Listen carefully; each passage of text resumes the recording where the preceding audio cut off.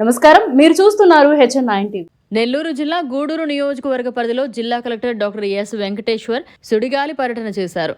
గూడూరు, తమ్మినపట్నం, కొత్తపట్నం భూసేకరణ పరిహార పంపిణీ తదితర పెండింగ్ అంశాలపై జిల్లా కలెక్టర్ ఎస్ వెంకటేశ్వర్ చొరవ తీసుకుని స్వయంగా సందర్శించి గ్రామ సభ నిర్వహించి రైతులతో ముఖాముఖి చర్చించి ప్రభుత్వానికి నివేదిక పరిష్కారానికి కృషి చేస్తానని, ప్రజలు ఓపికగా సహృదయంతో సహకరించాలని కోరారు. శుక్రవారం మధ్యాహ్నం కోట, చిల్లకూరు మండల పరిధిలోని తమ్మినపట్నం, కొత్తపట్నం తదితర గ్రామాల పరిధిలోని ఏపీఐఐసి క్రిసిటీ ప్రాజెక్టుకు సంబంధించిన Chennai Bengaluru industrial corridor node సంబంధించిన భూసేకరణ పరిహార అంశాలపై ప్రభుత్వ భూమి ఎలాంటి రికార్డు లేకుండా ప్రభుత్వ భూమిలో అనుభవంలో ఉన్న రైతులతో గ్రామ సభ నిర్వహించి ముఖాముఖి చర్చించి పరిష్కార దిశగా రైతులకు పలు అంశాలపై వివరిస్తూ ప్రభుత్వానికి నివేదించి తదుపరి చర్యలు చేపడతామని తిరుపతి జిల్లా కలెక్టర్ తెలిపారు.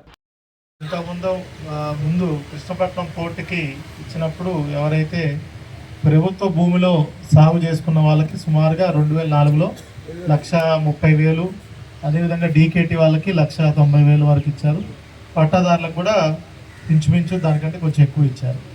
అదేవిధంగా తర్వాత ఎప్పుడైతే దీనికి తీసుకుందాం అనుకున్నామో 2008 సంవత్సరంలో అప్పటి ప్రభుత్వం ఏపీఐసికి అన్ని ప్రభుత్వ భూములన్నీ కూడా ఏదైతే ఇక్కడ గుర్తించారో సుమారుగా ఈ ఊర్లో అయితే దగ్గర 962 ఎకరాలు పూర్తిగా ఉంటే దాంట్లో ప్రభుత్వ భూమి 450 ఎకరాలు అనుకోండి.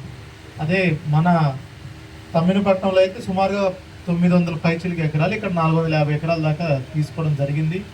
తీసుకొని అప్పుడు జరిగినటువంటి విశేషం ఏంటంటే ప్రభుత్వం పేరు అని చెప్పి రాసి రిటర్న్గా ఇచ్చారు. మీకు కూడా తెలిసే ఉంటుంది వాస్తవాలు. దానివల్ల ఏమవుతుందంటే ప్రభుత్వం పై అధికారుల దృష్టిలో కూడా, అంటే రెవెన్యూ డిపార్ట్మెంట్లో కానీ, అదేవిధంగా ఏపీఐసిలో కానీ, అదేవిధంగా ఇండస్ట్రీ డిపార్ట్మెంట్లో కానీ, ఈ అన్ని డిపార్ట్మెంట్లో ఓకే ప్రభుత్వ భూమి సుమారుగా తమ్మినపట్నంలో ఒక 900 ఎకరాలు, అదేవిధంగా మనకి కొత్తపట్నంలో ఒక 445 ఎకరాలు ప్రభుత్వ భూమి అందుబాటులో ఉంది. ఇక్కడ ఏదన్నా పరిశ్రమలు పెట్టడానికి వెంటనే అనువుగా ఉంటుంది అనేది ప్రభుత్వం దృష్టిలో ఉన్నటువంటి విషయం. కానీ నేను మొన్న కలెక్టర్ అయ్యి కూడా ఒక 10-15 రోజులు అవుతుంది.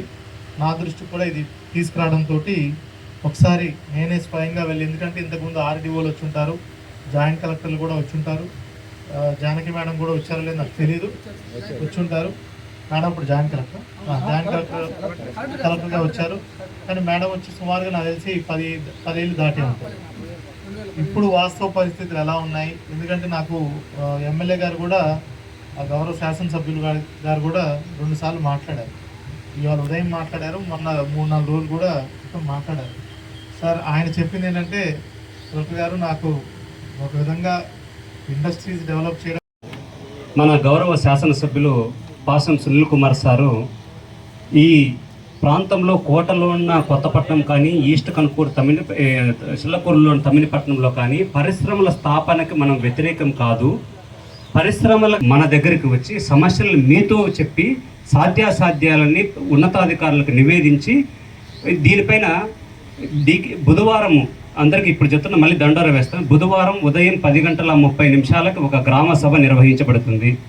ఆ గ్రామ సభలో పట్టా ల్యాండ్స్, డీకేటీ ల్యాండ్స్లో ఏమైనా సమస్యలున్నా, ఒకవేళ మీకు నష్టపరిహారం చెల్లించకుండా రికార్డుల్లో ఏపీఐసి అని పెట్టినా, లేకపోతే మీ దగ్గర ఉన్న పత్రాలు కానీ వాటిని పరిగణలో గతంలో తీసుకోకపోయినా వాటిని ఇక్కడే తీసుకొని, రెవెన్యూ రికార్డ్స్ ఇక్కడే తీసుకొని వచ్చేసి మేము మీకు దానికి సంబంధించిన ఎక్స్ప్రెషన్ రికమెండ్ చేయడం జరుగుతుంది. First point.